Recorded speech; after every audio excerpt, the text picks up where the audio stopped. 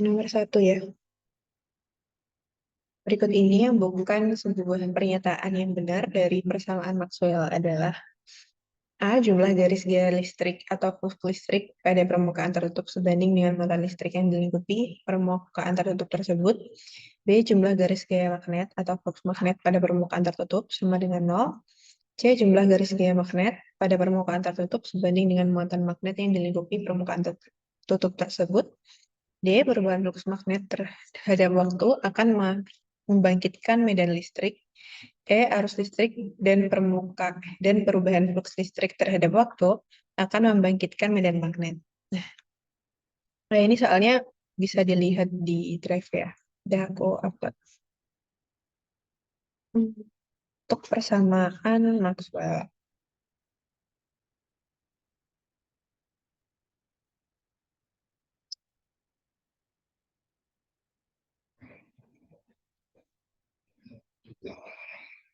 Selamat datang, Maxwell. Ini ada hukum Gauss ya yang pertama.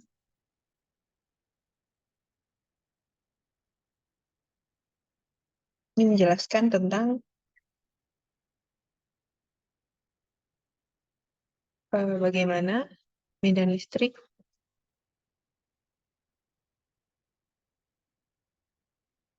terbentuk akibat adanya muatan.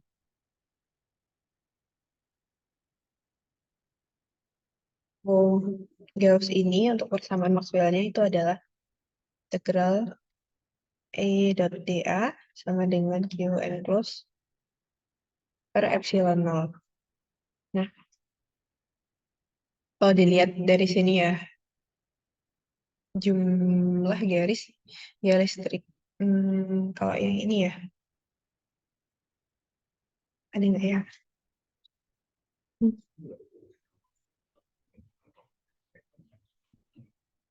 Kita tulis dulu semua deh persamaan Maxwell-nya.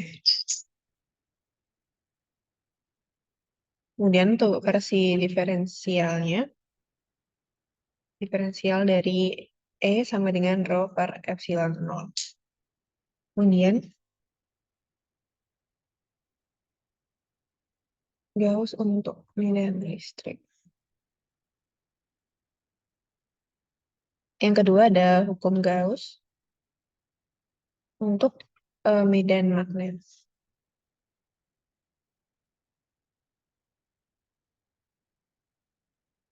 Ini menjelaskan bahwa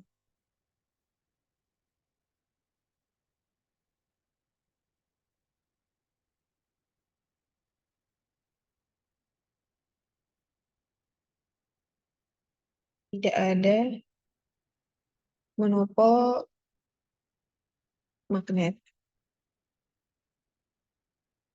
Persamaannya integral D dot dA sama dengan 0 dA.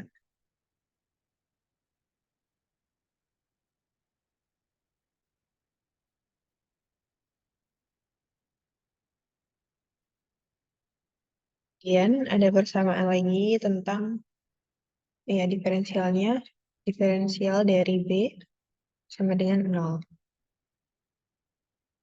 Kemudian hukum Faraday.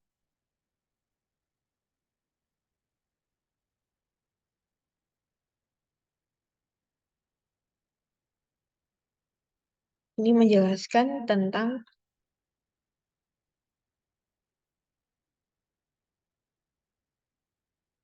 proses induksi elektromagnetik.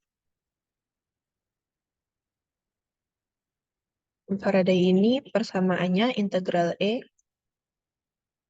dot dl ya, atau ds juga boleh, sama dengan min d flux magnet per dt. Persamaan diferensialnya, diferensial E sama dengan d flux per d medan magnet per dt.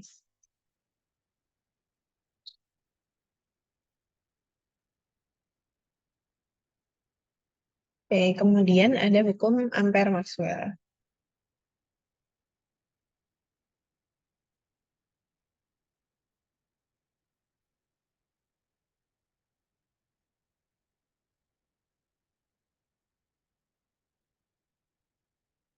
Ini menjelaskan tentang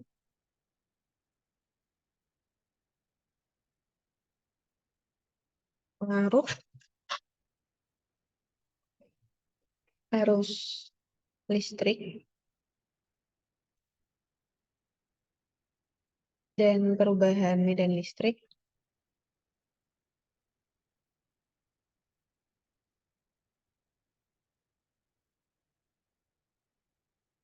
dalam menghasilkan medan magnet.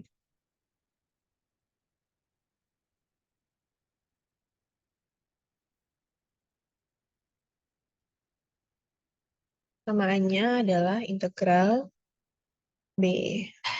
B dot dl sama dengan mu 0 I plus mu 0 epsilon 0 d flux. Ya, ya ini d flux dari medan listrik per dt. Kemudian diferensialnya nabla cross B sama dengan mu 0 J plus mu 0 epsilon 0 del E per del T. Nah, udah dapat empat ya tadi, 1, 2, 3, 4 persamaan Maxwell. Kita bisa lihat dari opsinya. Jumlah garis gaya listrik atau flux listrik pada permukaan tertutup sebanding dengan jumlah muatan listrik yang dilingkupi permukaan tertutup tersebut. Nah, ini kita lihat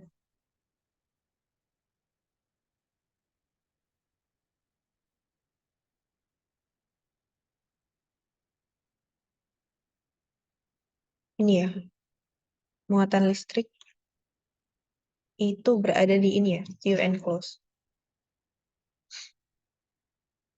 Ini Q enclosed per epsilon 0. Jumlah garis gaya listrik. Jadi yang A benar juga ya. Kemudian yang B, jumlah garis gaya magnet pada permukaan tertutup sama dengan 0. Itu juga sama ya, seperti persamaan yang kedua ini. Kemudian yang C, jumlah garis gaya magnet pada permukaan tertutup sebanding dengan muatan magnet yang dilengkapi permukaan tertutup tersebut. Itu salah ya. Karena tadi kan muatan jumlah garis gaya magnetnya itu sama dengan 0. Jadi tidak ada muatan magnetnya atau tidak ada monopol magnet. Jawabannya yang C. Kalau yang D kita bisa lihat perubahan flux magnet terhadap waktu. Boleh tanya, Iya, kelas lain boleh ikut tutor nggak? boleh, boleh. Boleh. Perubahan flux magnet terhadap waktu akan membangkitkan medan listrik. Nah, perubahan flux magnet terhadap waktu kan ini ya, itu akan menghasilkan medan listrik. Itu juga betul ya, yang D. Kemudian yang E, arus listrik dan perubahan flux listrik terhadap waktu akan membangkitkan medan magnet. Arus listrik dan perubahan flux listrik ini ya, d flux per dt terhadap waktu, itu akan membangkitkan medan magnet. Itu juga betul. Jadi A, B, D, E itu betul, maka opsi C yang salah. Kayak gitu teman-teman. Ya, mungkin yang baru datang bisa presensi dulu.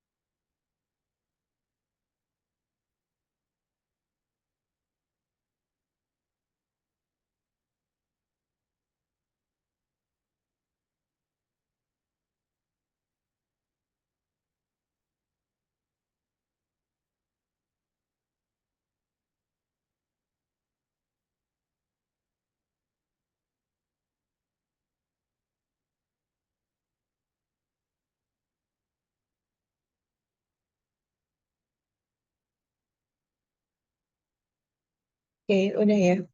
Lanjut nomor 2.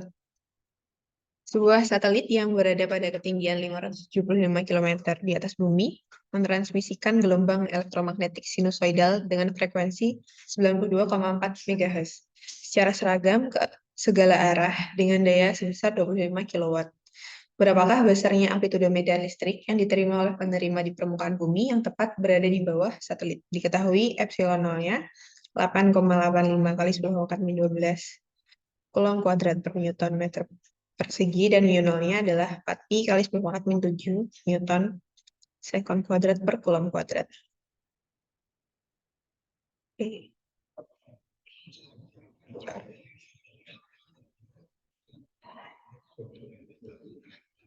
Ini diketahui ketinggiannya 575 km atau 575 10⁻3 meter. Dan gelombang yang ditransmisikan itu berfrekuensi 92,4 MHz atau sekitar 92,4 kali 10⁻6 ya. Kemudian dayanya dipancarkan ke segala arah sebesar 25 kW. 25 10⁻3 watt. Berapa besar amplitudo medan listrik yang diterima? Yang ditanya adalah amplitudo medan listrik atau E. Dan diketahui epsilon nolnya 8,85 di 10⁻12. Kemudian mu nolnya 4 pi 10⁻7. Oke. Sebentar. Kita tahu kalau persamaan daya listrik itu P ya. P sama dengan intensitas dibagi dengan A atau luas permukaan. Di mana luas permukaan ini satelit ya. Jadi ada suatu satelit. Dia mentransmisikan gitu ya. Ini ada bumi. Maka bentuk luasannya itu adalah luasan bola gitu kan.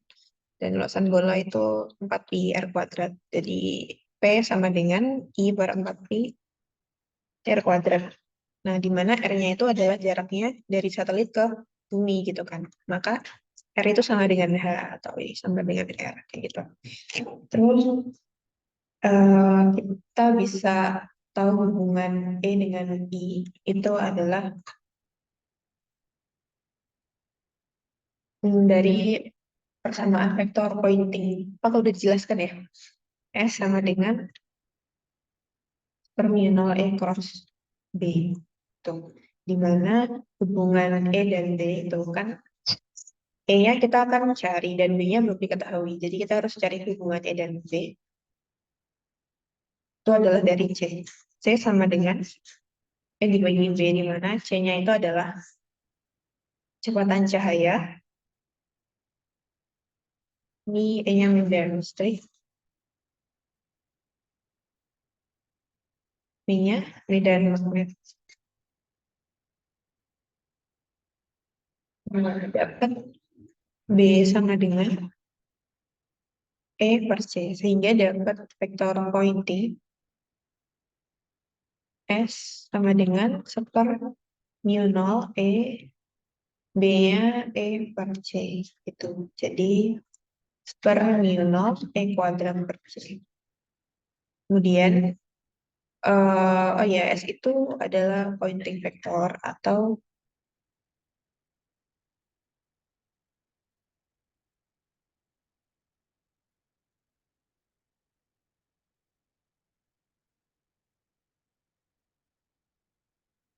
pointing vector ini menggambarkan aliran di aliran elektromagnetik. Kemudian S ratanya atau S rata ini atau S average itu juga disebut dengan intensitas gitu.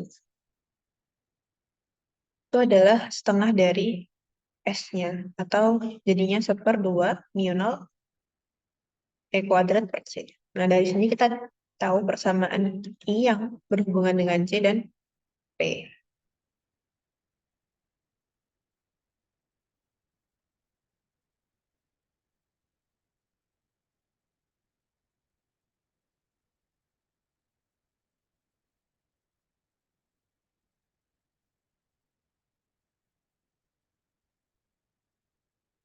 Persamaan satu. Sini deh. P sama dengan, kalau I sama dengan B. I sama dengan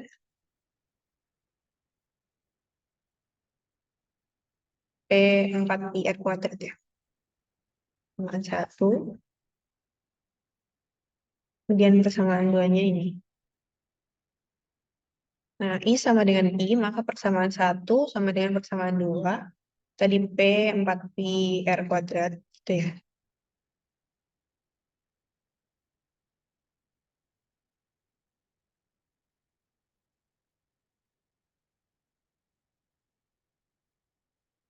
Balik ya. I sama dengan P per A. Ya, sorry. Jadinya nanti dapat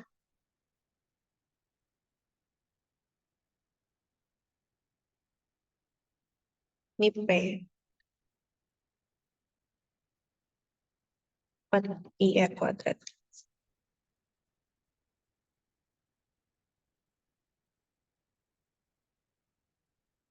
P per 4IR kuadrat sama dengan P kuadrat per 2 mu 0 C. Kita dapat P kuadratnya sama dengan 2 mu 0. Ini bisa dicoret. 2, 4 jadi 2. Mu 0 CP per pi R kuadrat. Dapat E-nya akar dari mu 0 CP per pi R kuadrat. Kita masukkan variabel-variabelnya untuk mendapatkan E-nya. Jadi akar dari mu 0 tadi 4pi 10 pangkat min 7.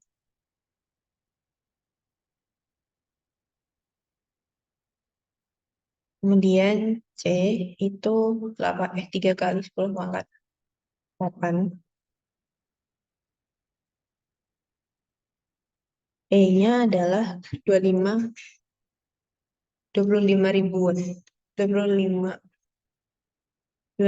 kali 10 pangkat 3. Kemudian dibagi pi R kuadrat. R kuadratnya itu adalah 575 kilometer. Jadi 575 kali 10 pangkat 3 kuadrat.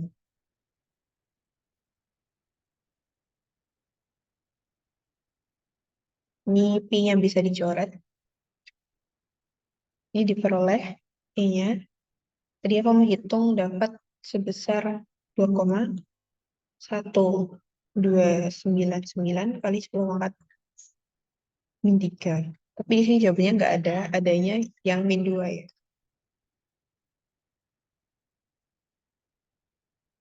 Adanya ini.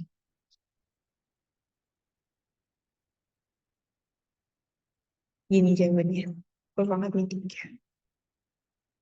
Kita coba aku hitung lagi ya. Aku salah menghitung.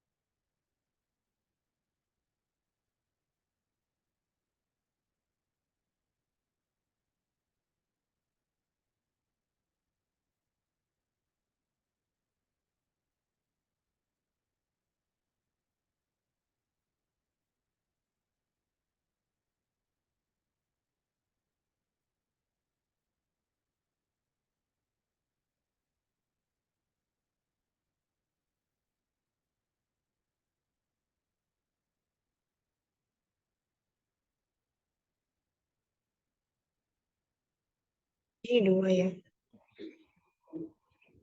Kurang 2.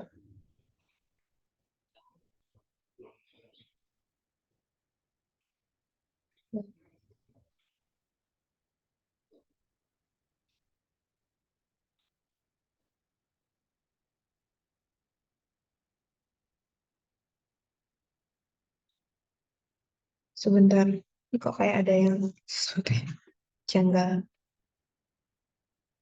I kuadrat P mu 0 C per I R kuadrat. 2 pi R kuadrat. Oke, oke. Ini nggak ada I-nya ya, berarti nggak bisa dicoret.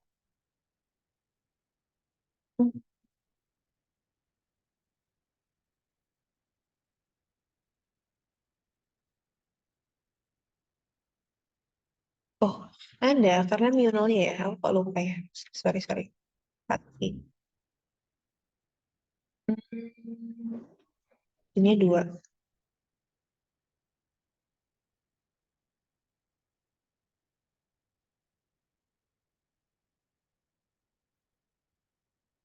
Sama ya.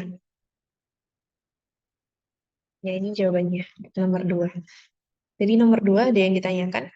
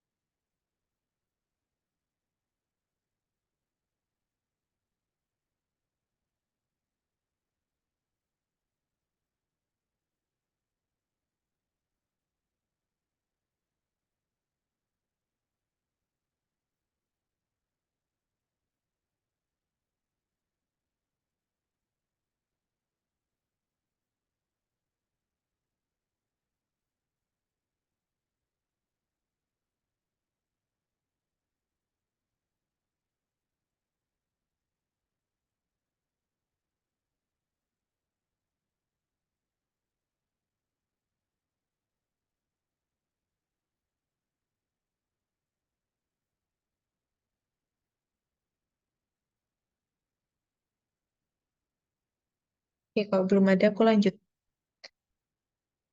ke nomor 3.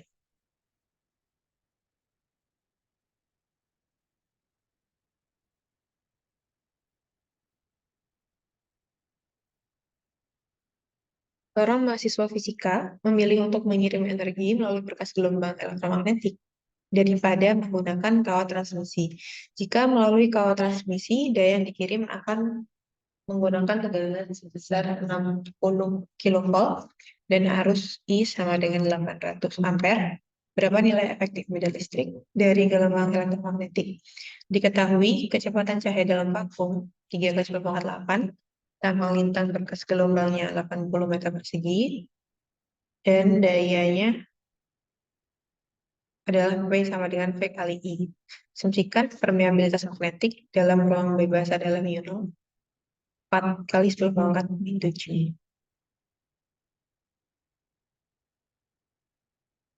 Nggak ada pi-nya ya.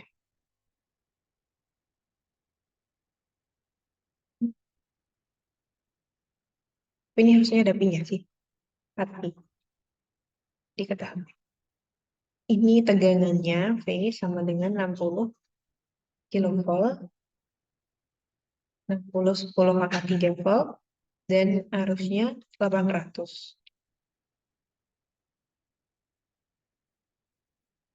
C-nya 3 10 pangkat 8, dan tambang lintangnya 80 meter persegi. Ya. Kemudian mu 0-nya 4pi 10 pangkat 7.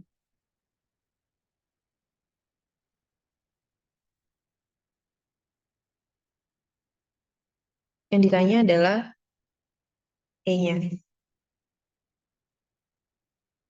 Ya, tadi dari persamaan I ya. Sama dengan tadi ya? Per 2 mu nol. Kuadrat per C. Kalau untuk yang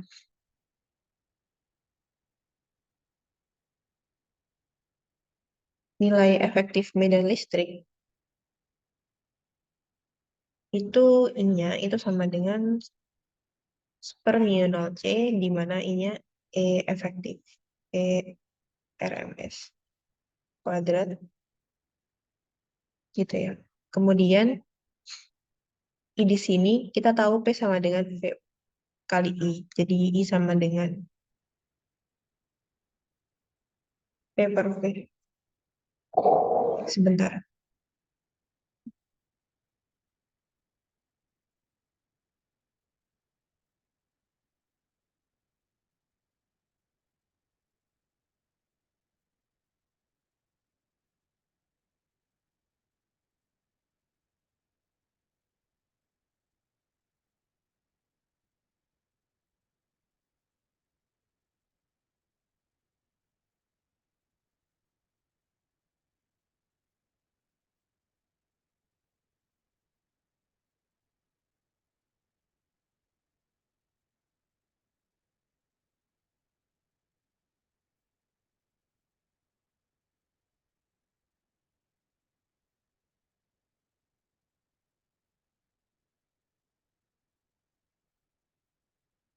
Oh iya, di mana I itu adalah P per A ya tadi. Yang di sebelumnya. Ya, I sama dengan P per A. Dan B-nya itu ini, V. Iya, I-nya beda ya. Ini bukan intensitas tapi arus. Kalau lupa. Jadi kita bisa samakan kedua persamaan ini. Ini adalah intensitas.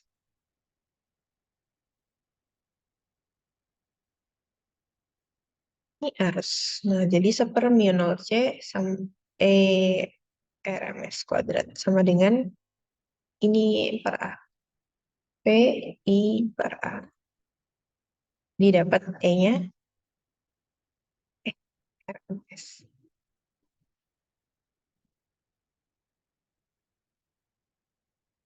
Akar dari PI mu nol C per A.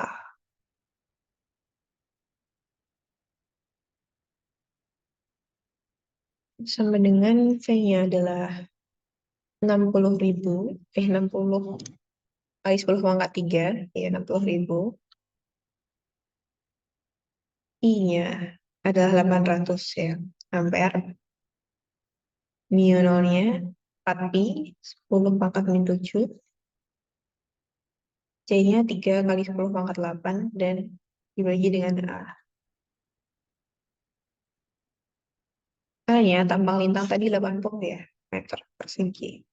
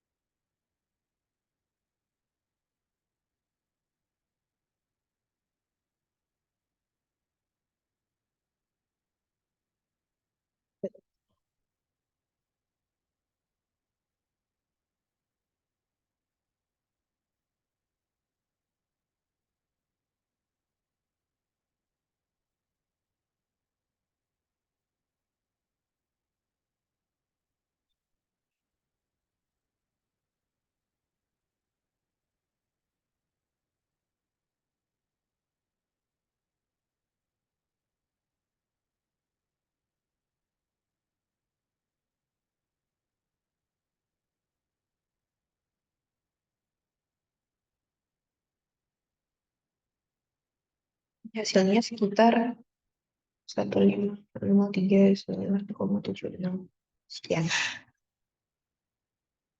153. 4 ya.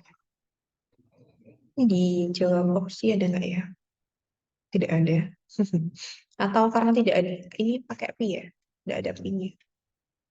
Oh, tidak pakai. Kalau dijadikan pangkat 3 jadinya 15.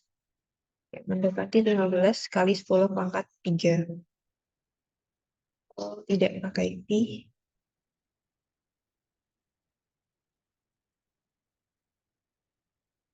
sekitar 8,4 kali 10 pangkat 3. Ya, 8. Ya, mungkin itu ya jawabannya, karena tidak ada pi-nya. Nah,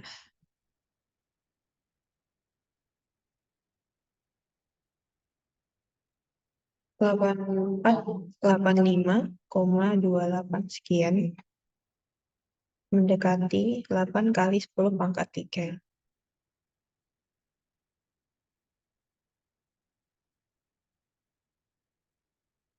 Tapi, oke, sampai sini nomor 3, apakah ada yang tanyakan?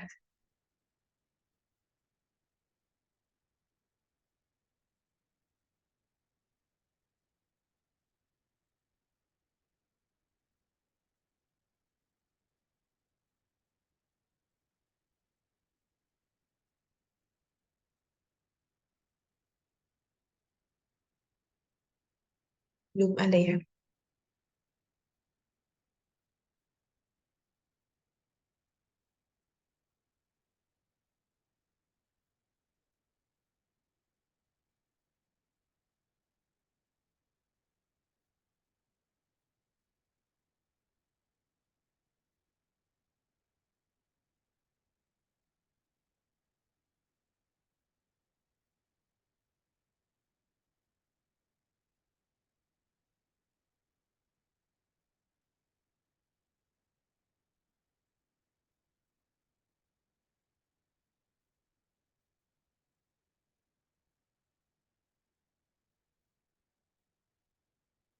Belum ada, kita lanjut ke nomor 4.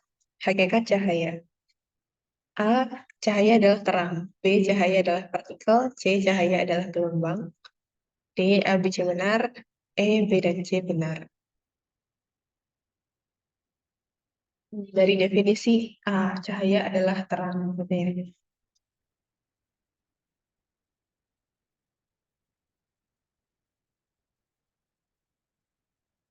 Jadi definisi terang itu apa? Terang itu kan sesuatu yang bersinar dan dapat dilihat ya. Menyebabkan dia tuh dapat dilihat oleh mata.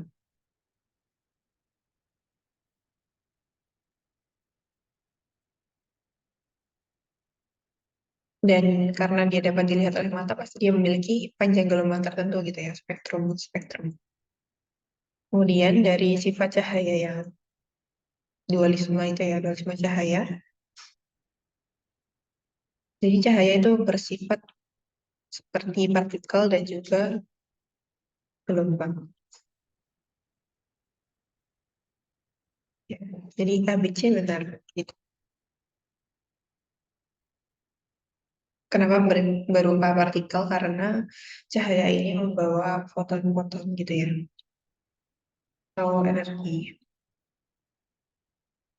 Dan cahaya ini termasuk ke gelombang elektromagnetik. Ini jawabannya yang D, ABC benar. Yang nomor 4 mungkin ada yang ditanyakan.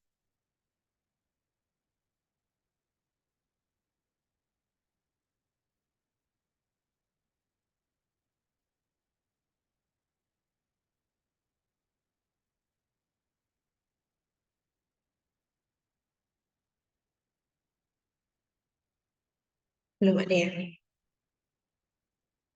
Lanjut nomor 5. Cahaya merupakan bagian dari spektrum gelombang elektromagnet. A. Merupakan spektrum kontinu. B. Merupakan sinar monokromatis. C. Merupakan sinar putih. D. A dan C benar. E. A dan B benar. Yang mana nih? A. Benar enggak? Yang B. Betul salah?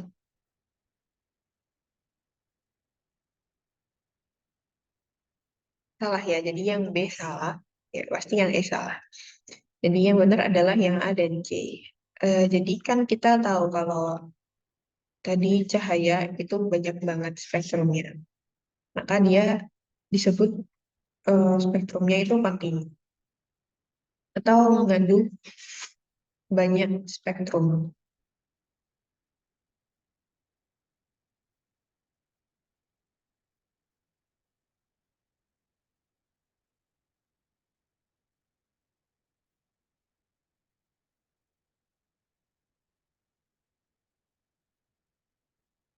karena dia mengandung banyak spektrum di dalamnya, maka dia tuh termasuk polikromatis gitu ya. Ya, poli banyak gitu. Maka dia tidak monokromatis. Dan karena dia polikromatis, itu merupakan sinar putih gitu ya. Jadi sinar putih bisa terurai menjadi banyak sinar dengan berbagai spektrum kayak gitu. Jawabannya A dan C benar, jadi jawabannya yang di nomor 5. Apakah ada yang tanyakan?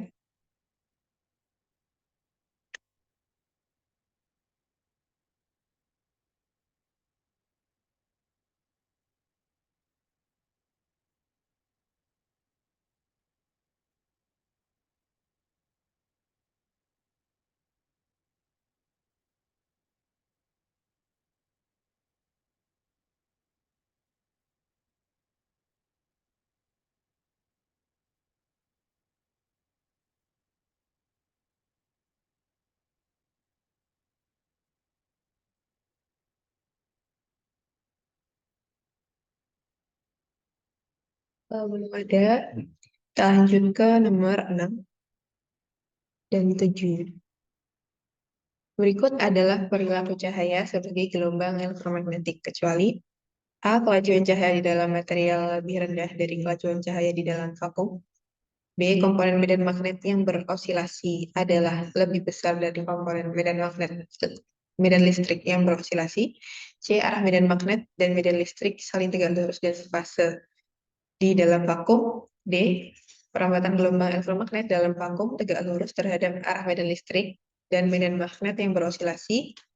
Gelombang elektromagnetik akan berubah arah ketika melewati dua medium atau lebih yang berbeda indeks bias. Ya, kita bisa lihat kalau ini benar ya, yang C, D, dan E gitu. Tahu dari mana?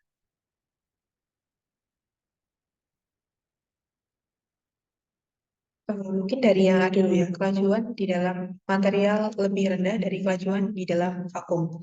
Kita tahu persamaan indeks bias ya. Jadi suatu material memiliki indeks bias yang berbeda-beda sesuai jenis materialnya. Dan N itu persamaannya adalah C dibagi dengan V gitu kan. C kecepatan cahaya di ruang vakum dan V-nya kecepatan cahaya di materi. Ini indeks bias materi. Nah, oleh karena itu, saat dia melewati suatu materi, kelajuannya itu akan berkurang. Karena ya, V sama dengan C dibagi N, di mana N-nya itu selalu lebih besar daripada 1, atau 1 itu adalah indeks bias vakum, kayak gitu. Sedangkan udara juga kita biasanya 1 ya, itu karena nilainya memang mendekati 1, itu 0,0000 sekian. Ya, ini 3 kalau nggak salah. Sekian. Jadi yang A itu betul. Nah, kemudian yang B. Komponen medan listrik yang berosilasi adalah lebih besar dari komponen medan listrik. Ini medan magnet ya. Komponen medan magnet lebih besar dari medan listrik yang berosilasi. Kalau gelombang elektromagnetik itu kan di kemarin magnetnya.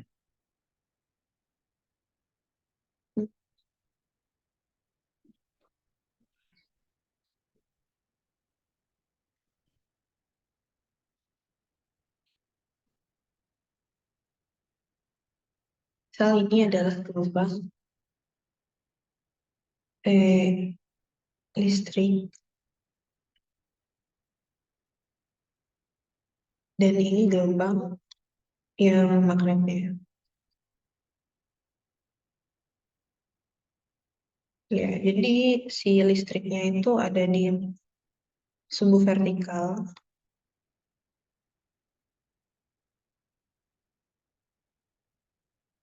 Dan si magnetnya itu ada di sebuah horizontal gitu. Jadi dia tegak lurus.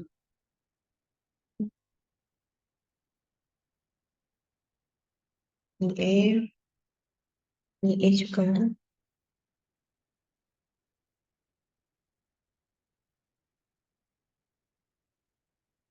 Yang di bawah ya. Sini aja. Ini. Nah, dan amplitudenya itu sama keduanya. Jadi tidak ada perbedaan besarannya, komponennya. Yes, komponennya tuh sama.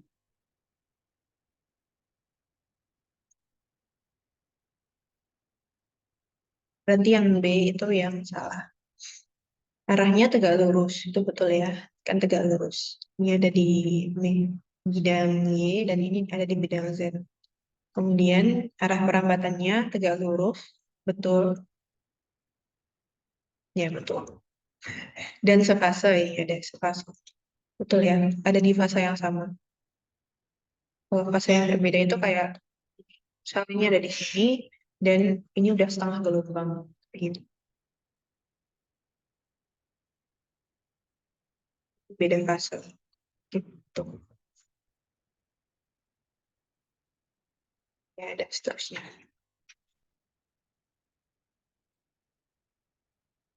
Jadi jawabannya yang B. Sampai sini nomor 6 apakah ada yang ditanyakan?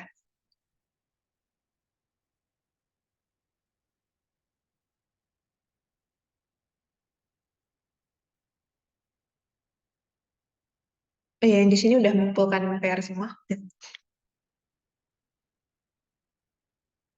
Jangan lupa dikumpulkan ya. Mungkin meskipun sudah terlambat. Udah terlambat belum? Oh, belum. Ya, mungkin ya PR yang udah terlambat juga nggak apa-apa dikumpulin. Ada berapa PR kalian? Ada berapa PR? 6. Habis UTS berarti 3.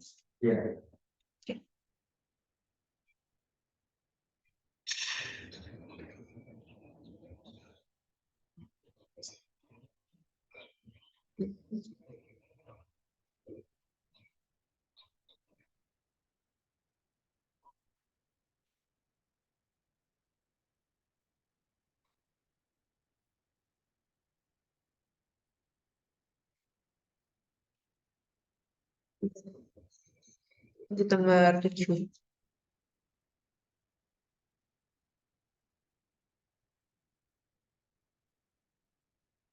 Berkas cahaya dengan panjang gelombang 590 nanometer merambat dari udara lalu masuk ke dalam medium kaca dengan indeks bias 1,5. Frekuensi cahaya tersebut. Ini apakah ada yang bisa menjawab?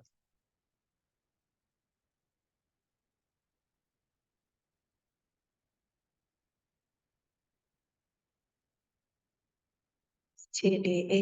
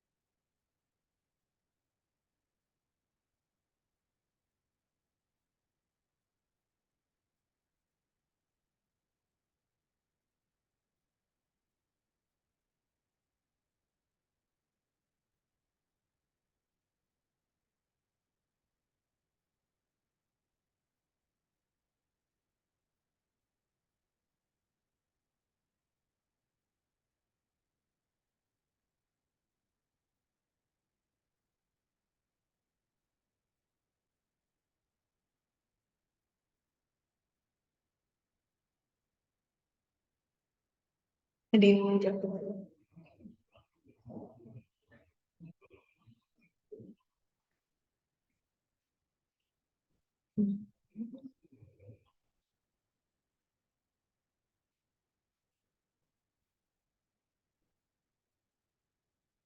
Kalau ada yang mau menjawab, aku tambahin poin di buat tugasnya.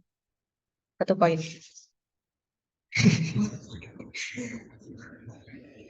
Nomor 7 aja. Gampang nggak ini? Gampang kan ya?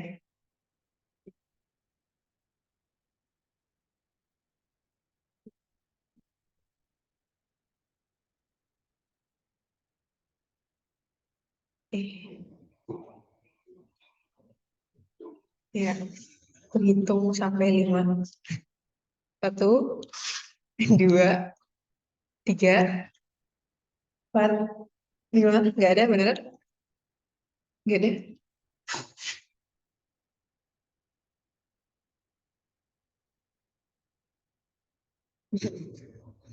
Nomor 7, ada yang mau jawab? Beneran nggak ada yang mau jawab?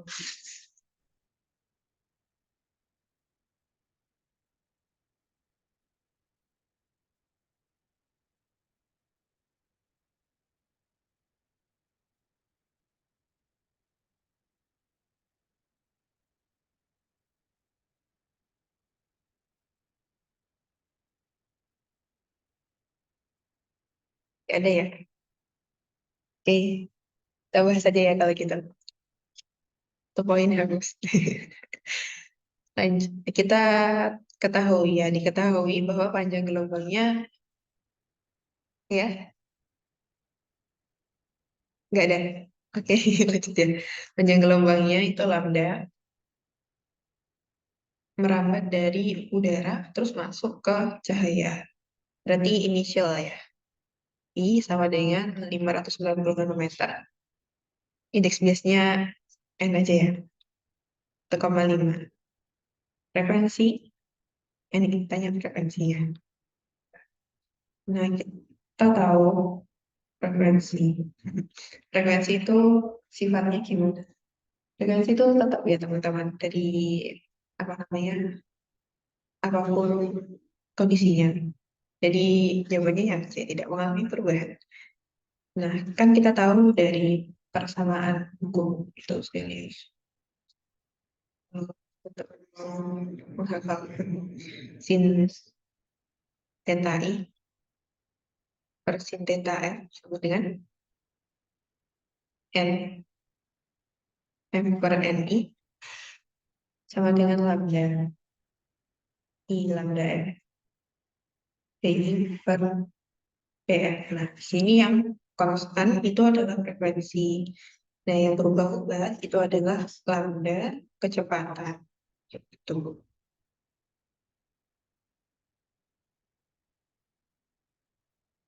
Jadi frekuensinya tetap tidak mengalami perubahan.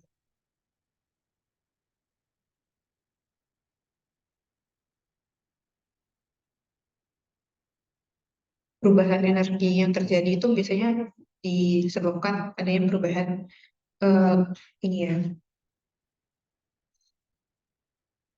Hmm, bukan energi, maksudnya perubahan kecepatan itu diakibatkan adanya perubahan panjang gelombang yang diakibatkan oleh adanya perbedaan intensitas indeks bias kayak gitu.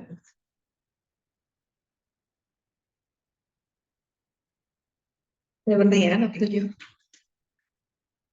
Tidak ada. Lanjut ya, nomor 8.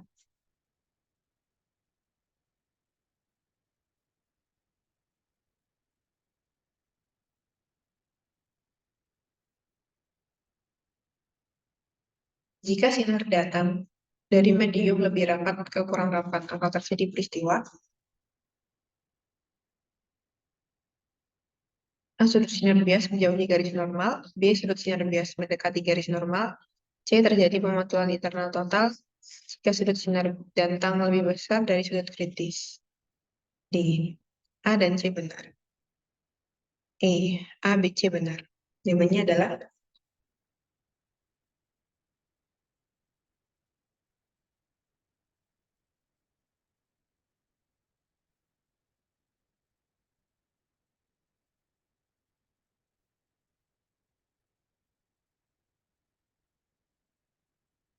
ada yang mau menjawab lagi mungkin?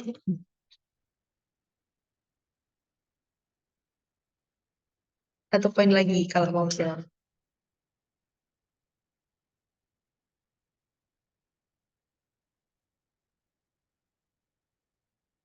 Yang aku tunggu sampai 10.57, kalau nggak ada, kita bahas.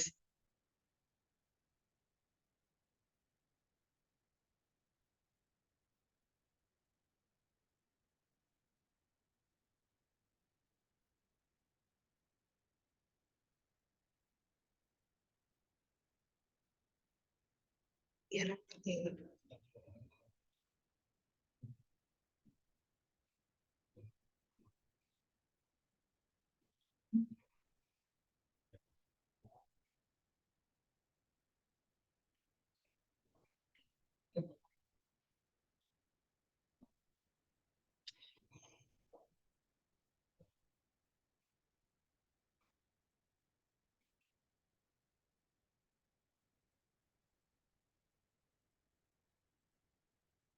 Oke, udah 10.57. Gak ada yang jawab ya? Baik, jadi jawabannya adalah, mari kita bahas. Sudut sinar datang. Kan dari rapat ke renggang, itu kan kita tahu kalau dari rapat ke renggang, dia akan menjauhi ya, menjauhi garis normal. Kalau mau dihafal sifat-sifatnya.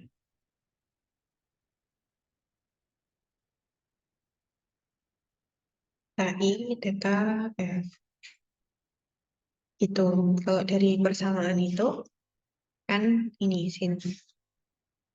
hukum Snellius, sin theta 1 per sin theta F, itu berkebalikan ya antara NF per N.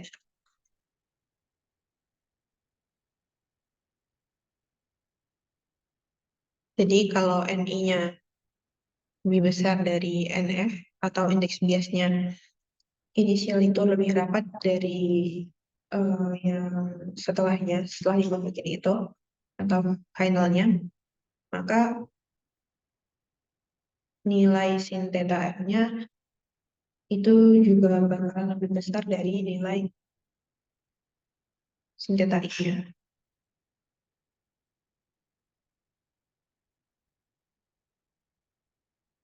Karena nilainya lebih besar, maka dia akan semakin menjauhi atau sudutnya kan jadi lebih besar. Kayak sifat sinus itu kan kalau sinus 0 itu kan 0. Kemudian sin 30 itu setengah. Dan akan bertambah sampai sin 90 gitu kan. Jadi semakin besar satu.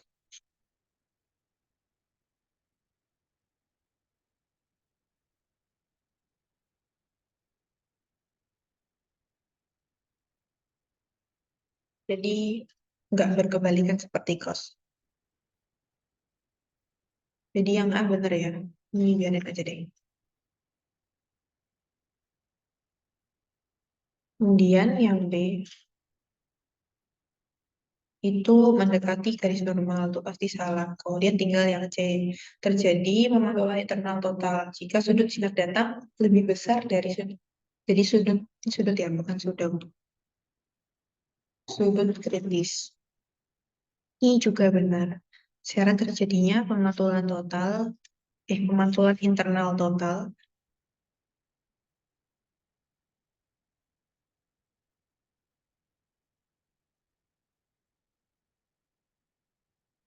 itu adalah sudut sinar datang. Sudut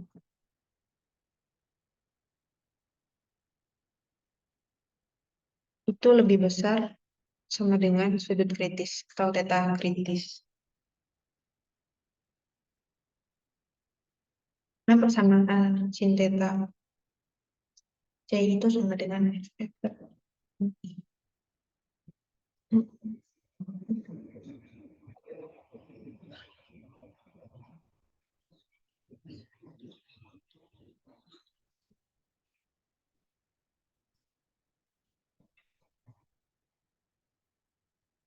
Jadi jawabannya adalah yang di sampai sini nomor 8. Apakah ada yang ditanyakan?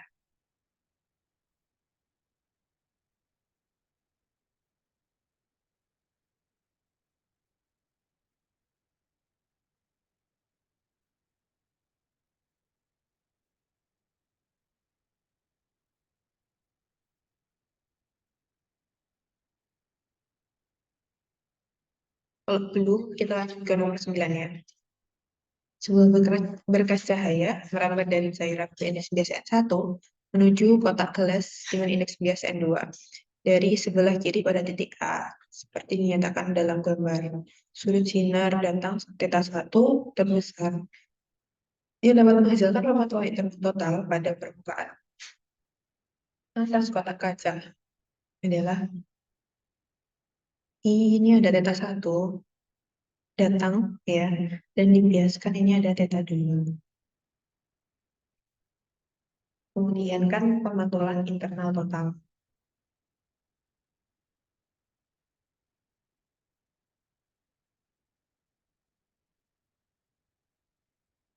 Tadi pengaturan internal total sin theta C sama dengan NF per NI gitu ya.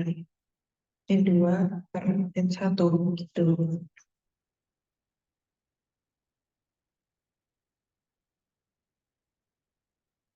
Terbesar.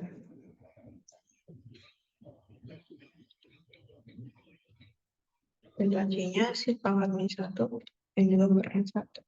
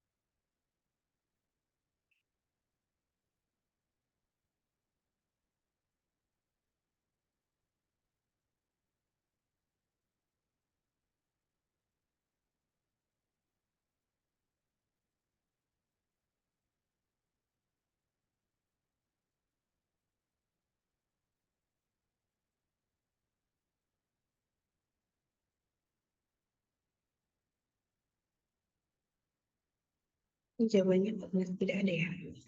Sebentar.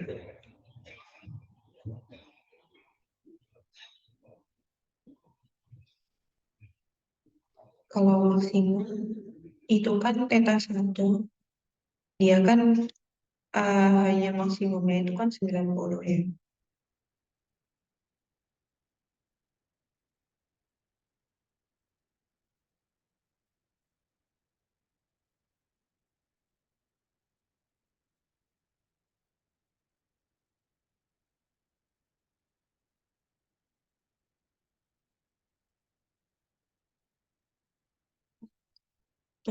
Theta kritisnya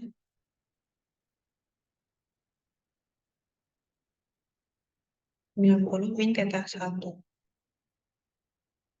Di sin 90 min θ1 N2 per N1.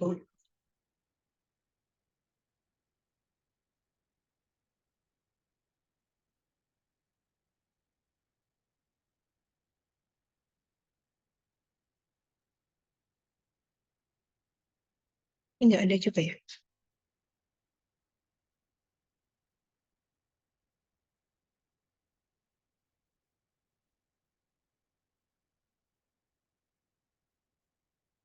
Ada yang mau menjawab? Ada yang ketemu? Aku belum ketemu. Dari semalam juga belum ketemu. Kah ada yang mau menjawab mungkin? Gak ada ya. Kita lanjut dulu ya kalau gitu. Ntar coba aku hitung lagi. Dan kalau ada akan aku detail. Akan aku lengkapi ya. Nomor 10. Seorang mahasiswa fisika ingin membeli cermin untuk diletakkan di kamar kosnya. Terbatasan uang saku membuatnya berpikir keras supaya cermin tersebut dapat digunakan untuk berhias dari ujung rambut hingga ujung kaki. Dengan biaya seminimal mungkin, keputusan yang paling tepat bagi mahasiswa tersebut adalah membeli cermin yang panjangnya A seperempat, B sepertiga, C setengah, D sama, E bebas. Dengan berikutnya. Adakah yang tahu jawabannya?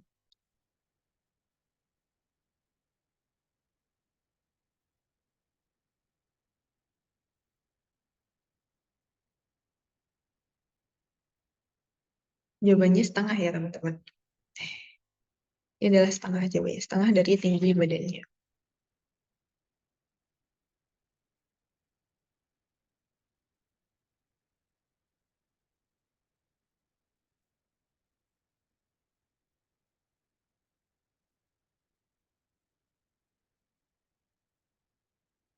Ya, kenapa begitu? Karena cermin cermin itu kan datar ya, cermin datar. Cermin buat kita bercermin itu cermin datar.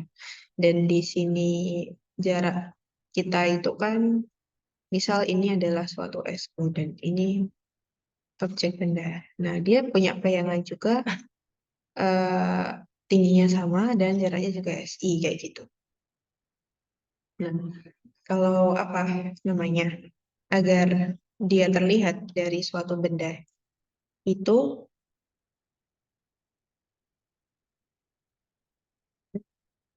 jarak dari bayangan ke asli itu kan dua kalinya gitu.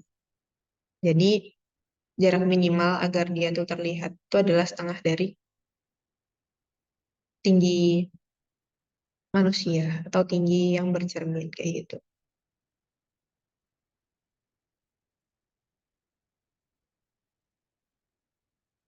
Kira-kira begitu.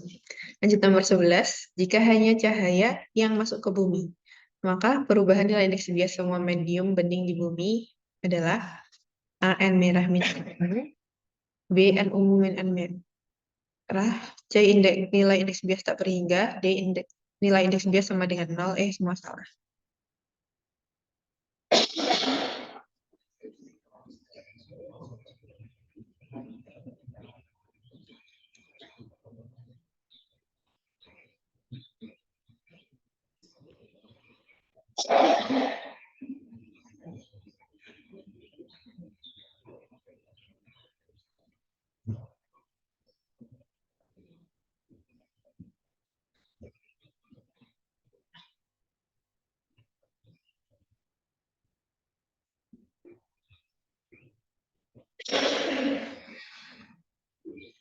Ini aku juga belum mencari sih semalam. Apakah mungkin ada yang tahu jawabannya?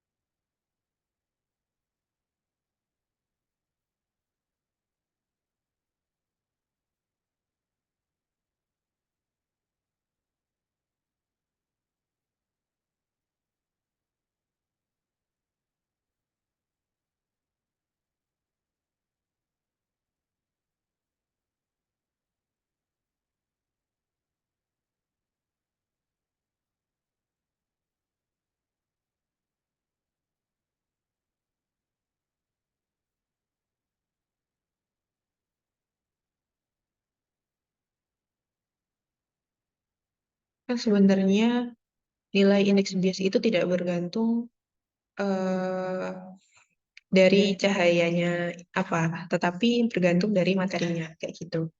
Jadi meskipun hanya cahaya yang masuk ke bumi, indeks biasnya tidak mempengaruhi gitu dari suatu material. Jadi ini adalah, ya, misal nanti ada relat akan aku kirim jawabannya di pembahasan. Hmm, jadi ya indeks bias dipengaruhi oleh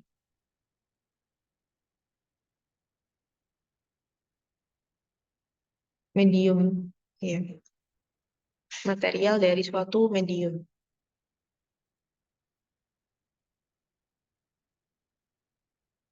bukan dipengaruhi oleh cahayanya. Seperti itu. Mungkin dari nomor 1 sampai 11, adakah pertanyaan? Atau mau diulang?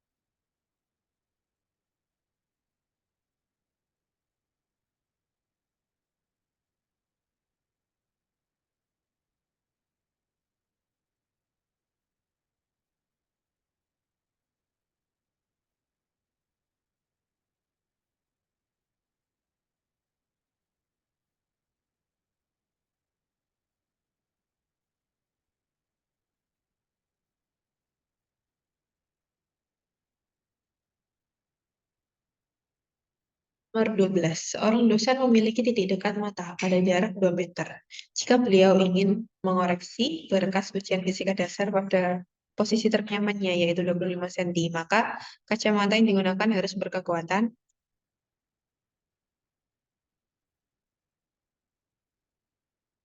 Nah, titik dekat berarti dia dekat ya. Untuk maksimum 2 meter, ini SN-nya 25, kacamata yang digunakan adalah harus berkekuatan P ya, berarti kacamata P sama dengan 100 per SN min 100 per TB. Nah, SN-nya adalah 25, ya ini persamaan kalau dalam sentimeter ya. Kalau meter itu 1 per SN min per TB. Min 100 per 200.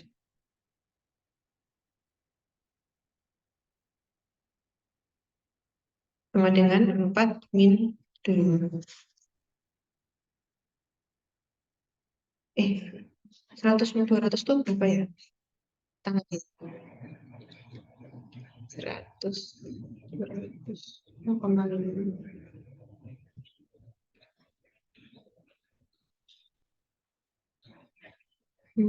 Langsung sini aja. Jadi 3,5 diametri.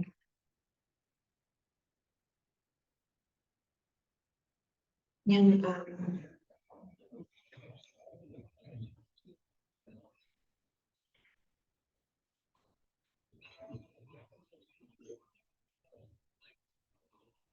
Oke, ini persamaan untuk rambut dekat berarti ya.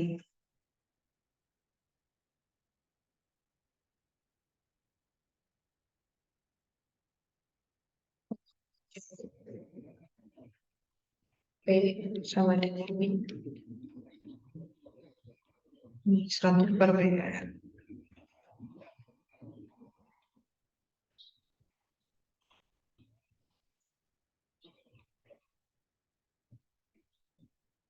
Oke, ada yang tanya kan? Mana ya? Oke, nomor 13. Pada komponen optik cermin konvensional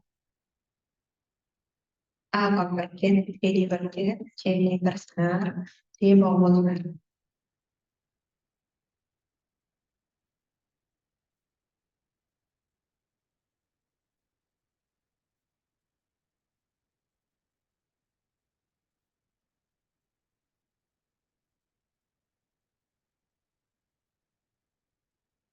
Kita tahu kalau konvergen itu pengumpul sinar atau penyebar sinar, guys.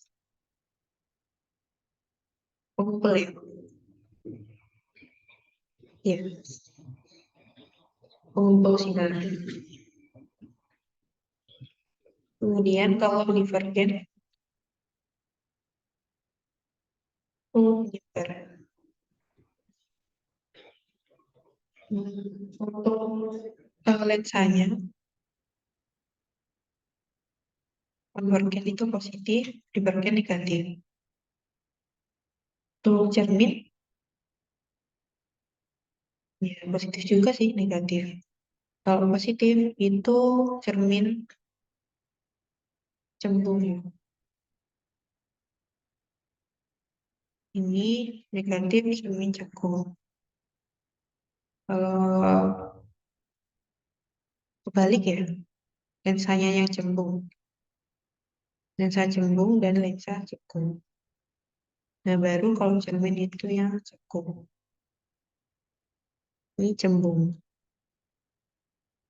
Kayak gitu. Jadi jawabannya untuk yang nomor 13, yang cermin cekung bersifat konvergen dan pengumpul sinar. A dan D benar. Nomor 13, ada yang tanyakan? Aman ya? Aman. Nomor 14, sebuah kaca pembesar memiliki fokus sejauh 10 cm. Seorang yang memiliki titik dekat sejauh 25 cm Ketika melihat kejauhan menggunakan kaca pembesar tersebut akan mendapati pembesaran yang diketahui itu adalah fokusnya 10 cm dan titik dekat 25 cm. Itu kaca pembesar SN. Ketika melihat kejauhan menggunakan kaca pembesar tersebut akan mendapati pembesaran. Nah, kalau melihat kejauhan itu berarti kan dia kondisinya tidak berakomodasi atau akomodasi minimum ya.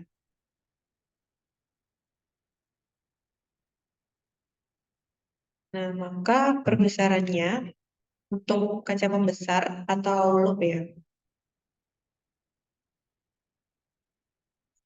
besar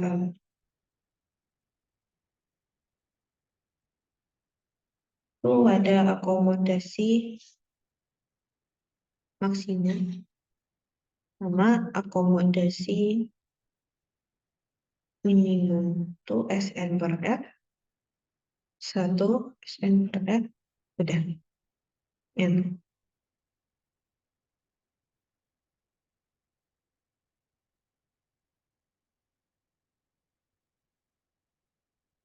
Nah, karena dia berakomodasi minimum berarti SN per F gitu ya. Maka M sama dengan SN per F. Sama dengan SN-nya 25, F-nya 10, dapat 2,5. Yang B. Oke. Nomor 14 ada yang tanyakan?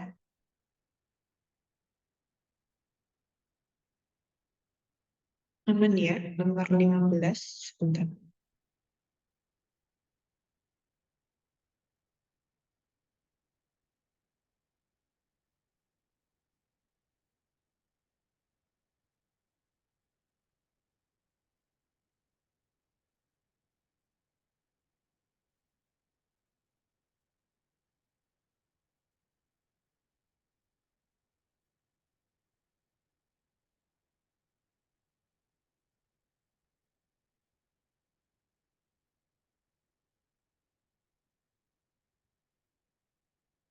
Berkas laser dengan panjang gelombang 630 nanometer melewati sepasang celah dan menghasilkan pola interferensi di layar belakang celah.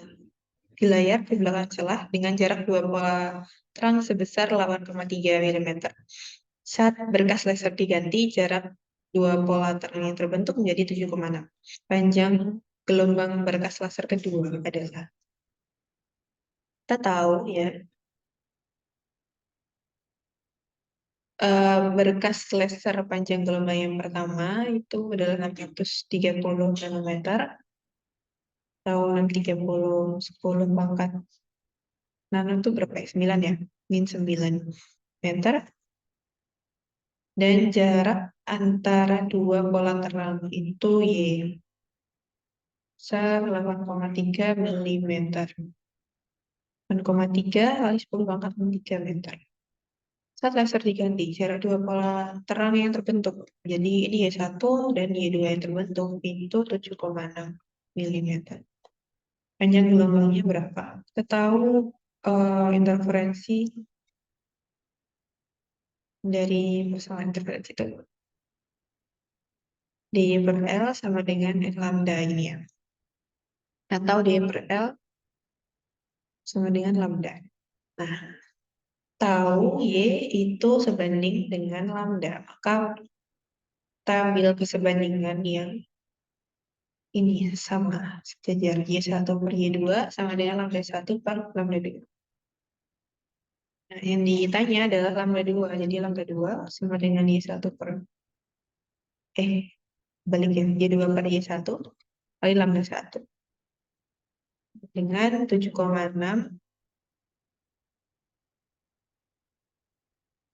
Nah, sebenarnya ini nggak usah dijadikan meter, nggak apa-apa.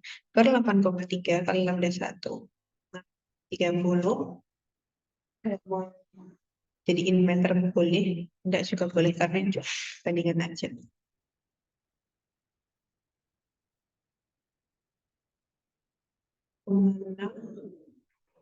kali 30 dibagi 6,3. 76,867. Ini 577 ya. Mendekati 577 nanometer.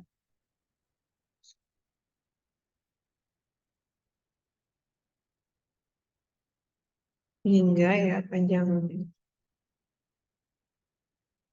kedua itu sama dengan 577 nanometer. Jawabannya yang E.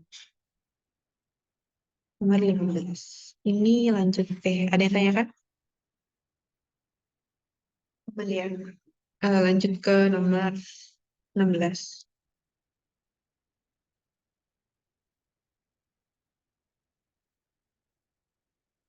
Sebuah misi difraksi dengan konstanta isi 500 garis per senti digunakan untuk mendifraksikan cahaya pada layar berjarak 1 meter dari kisi. Jika jarak antara dua garis terang berurutan adalah 2,4, maka panjang gelombang cahaya yang digunakan adalah, kita tahu konstanta kisi itu N ya, 500 garis per sentimeter. Nah, N kita tahu N itu seperti. Nah, terus jarak layar itu L aja yang 1 meter. Jika jarak antara dua garis terang yang berurutan, tadi jarak garis terang yang berurutan dalam 2,4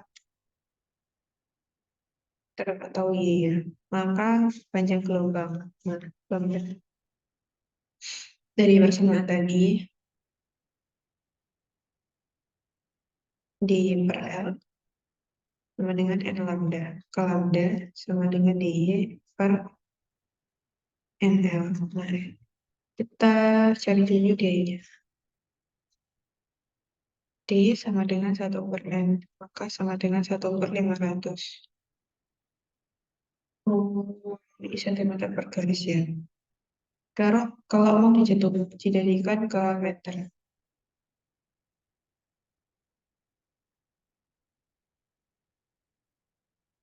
Sentimeter ke meter kan 10 pangkat min 2. Jadinya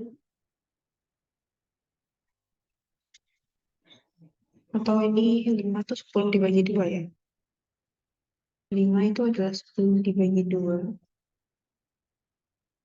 Jadi 2 kali 10 pangkat min 5 meter.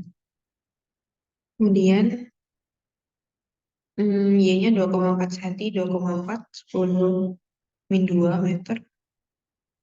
L-nya udah tinggal dimasukkan. Jadi lambda sama dengan D-nya adalah 2 kali 10 pangkat min 5. Y-nya 2,4 10 min 2 per M-nya 1, L-nya 1. 2 kali 2,4 ya 4,8 10 min 7 meter.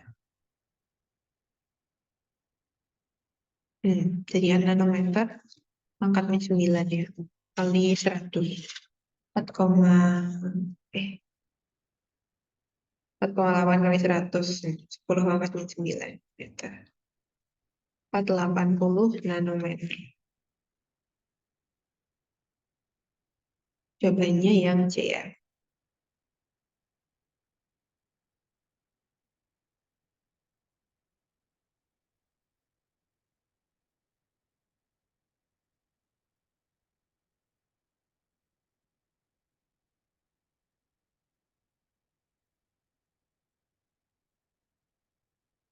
Di sini ada yang tanya Kak?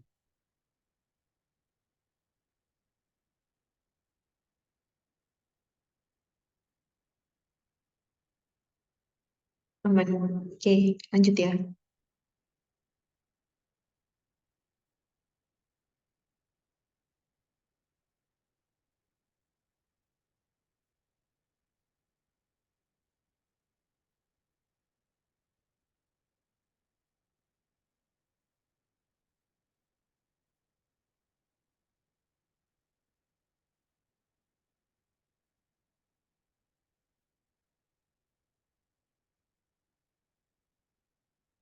Iya.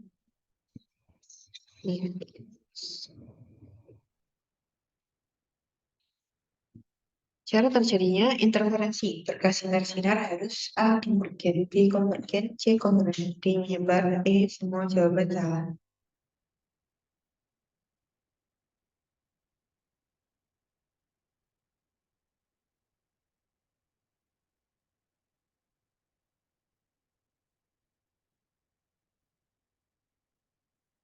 Ada yang bisa menjawab?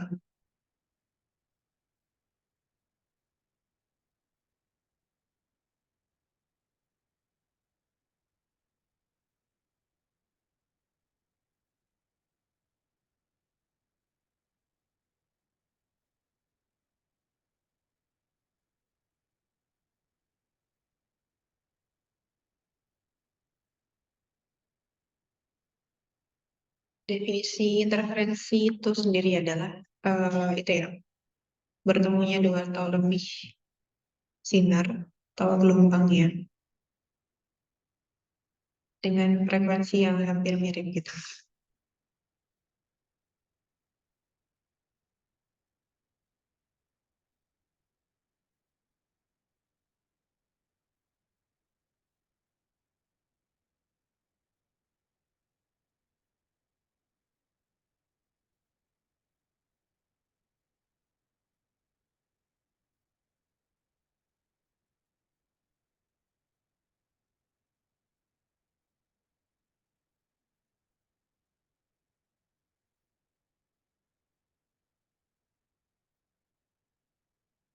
Bertemu dan saling mempengaruhi satu sama lain.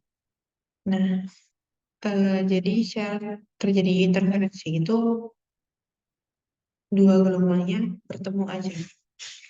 Nah, ya interferensi itu kan ada dua ya jenisnya. Itu ada destruktif sama konstruktif.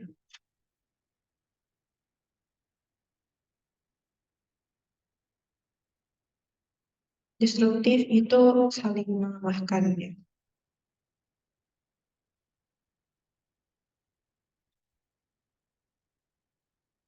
Kalau konstruktif saling menguatkan. Destruktif itu terjadi saat dia fasenya berlawanan dan konstruktif fasenya sama.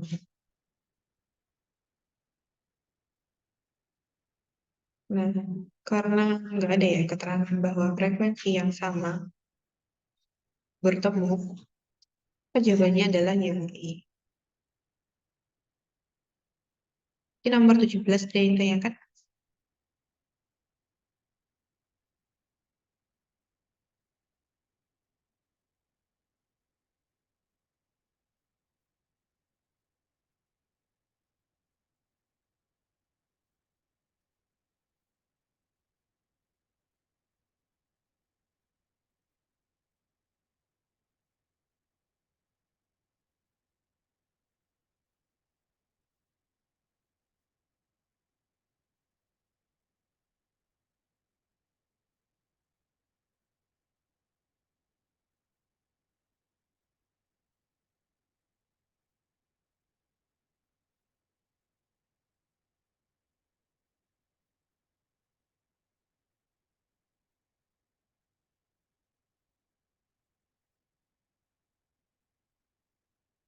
Jadi karena dia frekuensinya sama itu tuh dia dihasilkan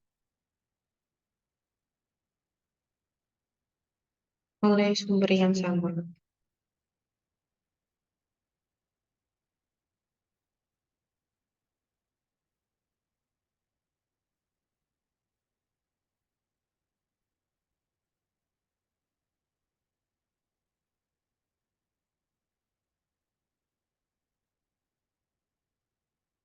Kita analisis dulu. Kalau divergen itu kan menyebar ya, dan konvergen itu mengumpul. Sedangkan koheren, koheren itu apa ya definisi dari koheren?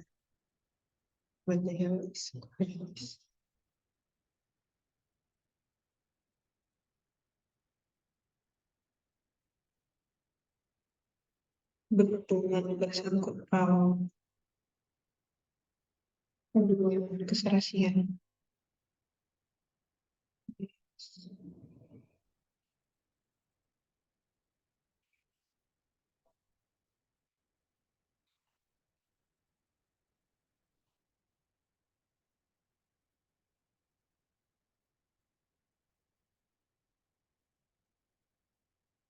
Hmm.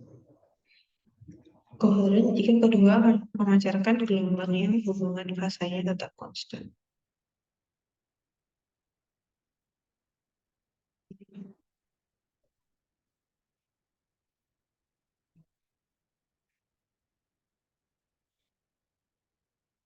Ya itu bisa juga sih karena dia fasanya konstan ya.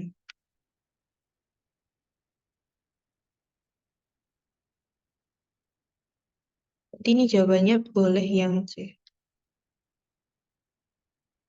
Definisi koheren adalah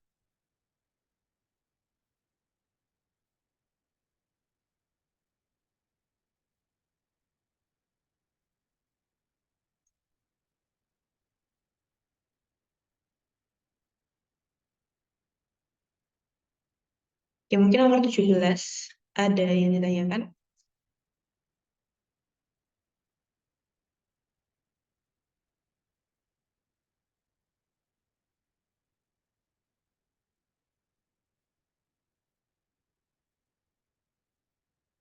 Belum ada ya.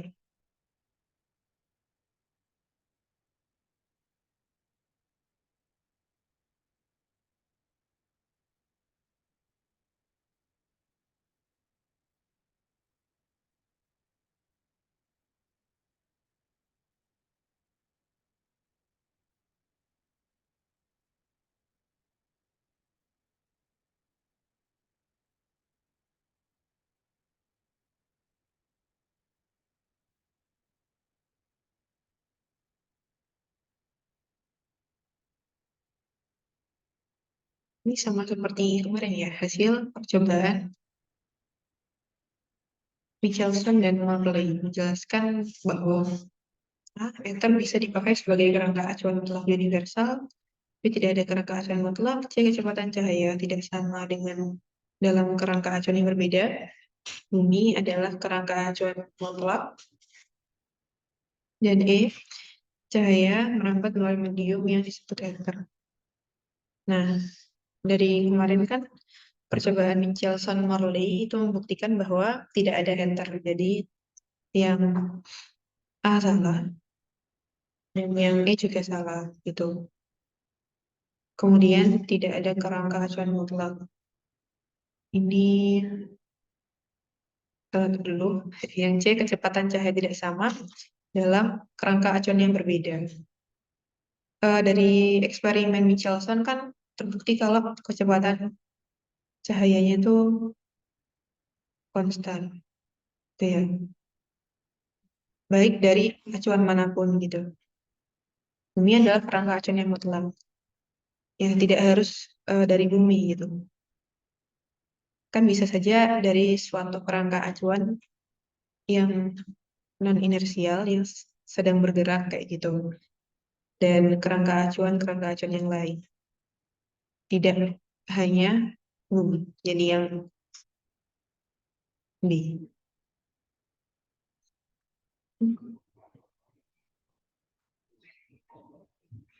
Oke. Nomor 18. Ya, nomor 18 nanti penjelasan bisa dilihat di yang tutor sebelumnya.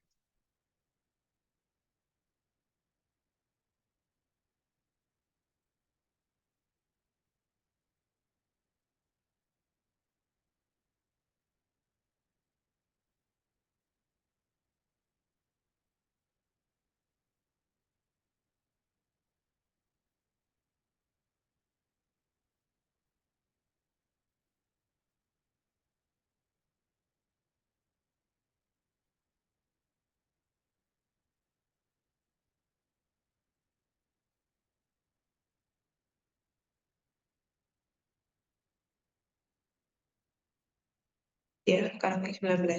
Sebuah interferometer penjelasan seperti gambar berikut dilengkapi dengan tabung gelas panjang 1 cm, di mana gas dalam tabung dapat diisi dan dipompa keluar. Ketika tabung gelas kosong, cahaya monochromatik dengan panjang gelombang 650 nanometer bentuk pola gelap. Ketika cahaya gas dimasukkan ke dalam tabung, pola gelap terbentuk sebanyak 80 terhadap acuan ketika tabung gelas kosong. Berapa indeks bias gas dalam tabung gelas?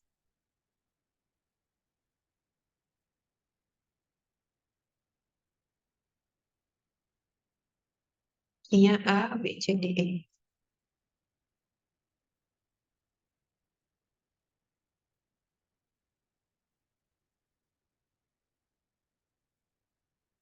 Samaan indeks bias untuk interferometer yang Michelson. Di sini aja ya.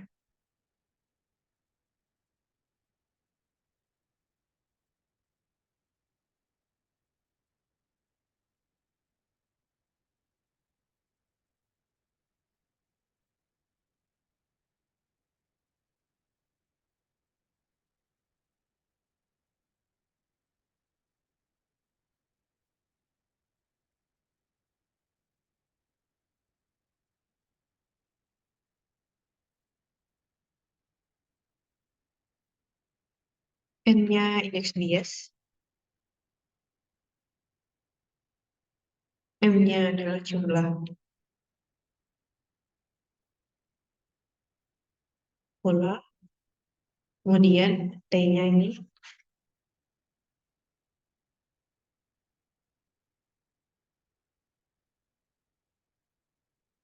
ini satunya tuh di belakang. Plus 1. Nih.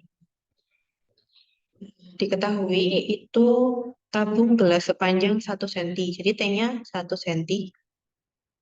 Dan panjang gelombangnya itu adalah 650 nanometer. Polanya 80. Ini 650 kali 10 pangkat min 9 meter. 10 pangkat min 2 meter. Ini 80 ya. Oke, tinggal dimasukkan. N sama dengan M-nya 80, nya adalah 650, 10 min 9 per 2 dikali T. T-nya 10 pangkat min 2. Tambah 1.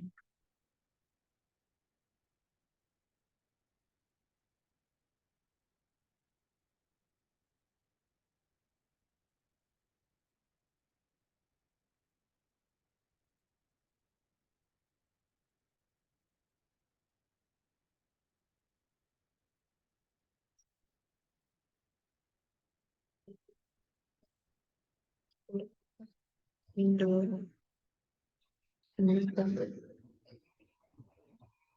Dapat hasilnya 1,0026 meter. Indeks bias gede. Jadi 1,0026. Nah, jawabannya. Sampai sini mungkin ada yang tanyakan teman-teman. Nomor 19.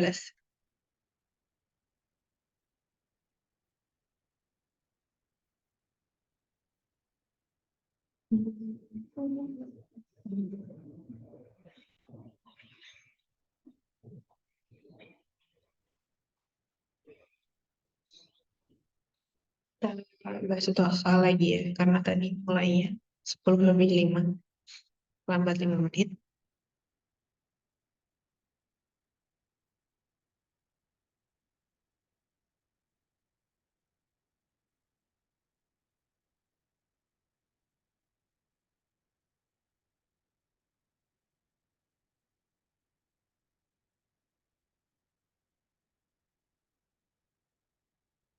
Gak ada yang tanyakan ya, nomor 19. Lanjutkan nomor 20. Sebuah benda berbentuk panah dengan tinggi panjang 4 cm diletakkan di depan tabung gelas pada jarak 15 cm. Di mana bayangan dari panah tersebut di dalam tabung gelas? Jika permukaan tabung berbentuk lensa cembung dengan jari-jari 15 cm, diketahui indeks bias tabung gelas Ng 1,5 dan indeks bias udara NO 1. Pakai persamaan yang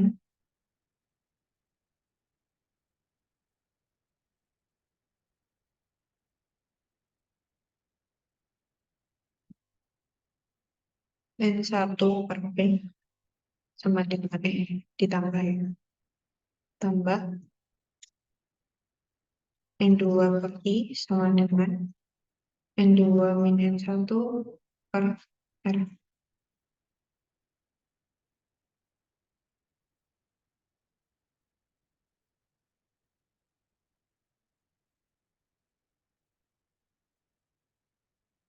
N1-nya adalah nih.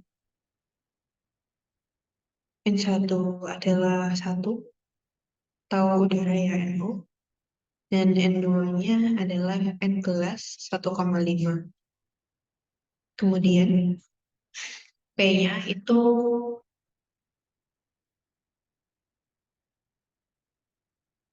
ini P 50 cm sama dengan 0,5 meter ya. Kemudian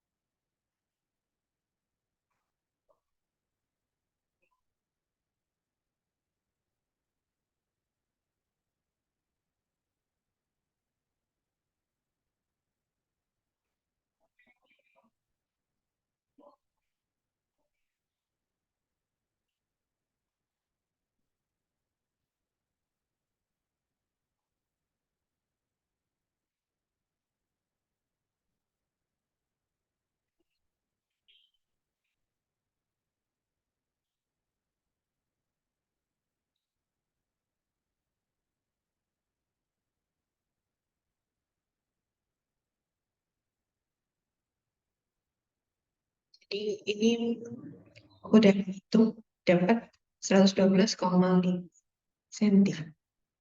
Ini apakah ada yang salah ya? Harusnya benar sih. Karena ini kan senti ya, satuannya senti, senti. Maka ini otomatis nanti hasil akhirnya juga senti dan tidak perlu dikonversi lagi ke meter. Tuh. Ini aja yang salah ya. Jadi mungkin ini komanya di sini. 112,5. Jadi dari persamaan ini N1 per P ditambah N2 per I sama dengan N2 per 1 per R. Nah, N1-nya ini yang udara atau suatu bendanya ini ada di mana gitu ya. Ini jarak bendanya. Yang N2 itu lensanya itu. Kemudian I-nya adalah bayangan. R-nya adalah jari-jari lensa. Kemudian dimasukkan dan 2,5 cm. Oke, sampai sini mungkin ada yang tanyakan, teman-teman?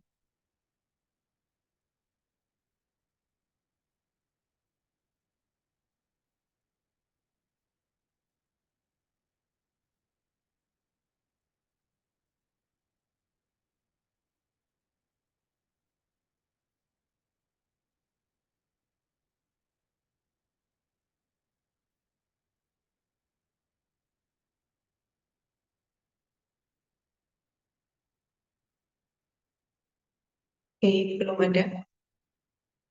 Teman, mungkin kalau belum ada, karena ini udah jam 11.47, aku cukupkan sekian untuk tutorial pada hari ini. Terima kasih buat teman-teman yang udah datang. Jangan lupa isi presensi ya. Dari deskripsi grup juga. Aku tutup, selamat siang. Wassalamualaikum warahmatullahi wabarakatuh. Wassalamualaikum. Kalau ada yang tanyakan bisa chat aku juga.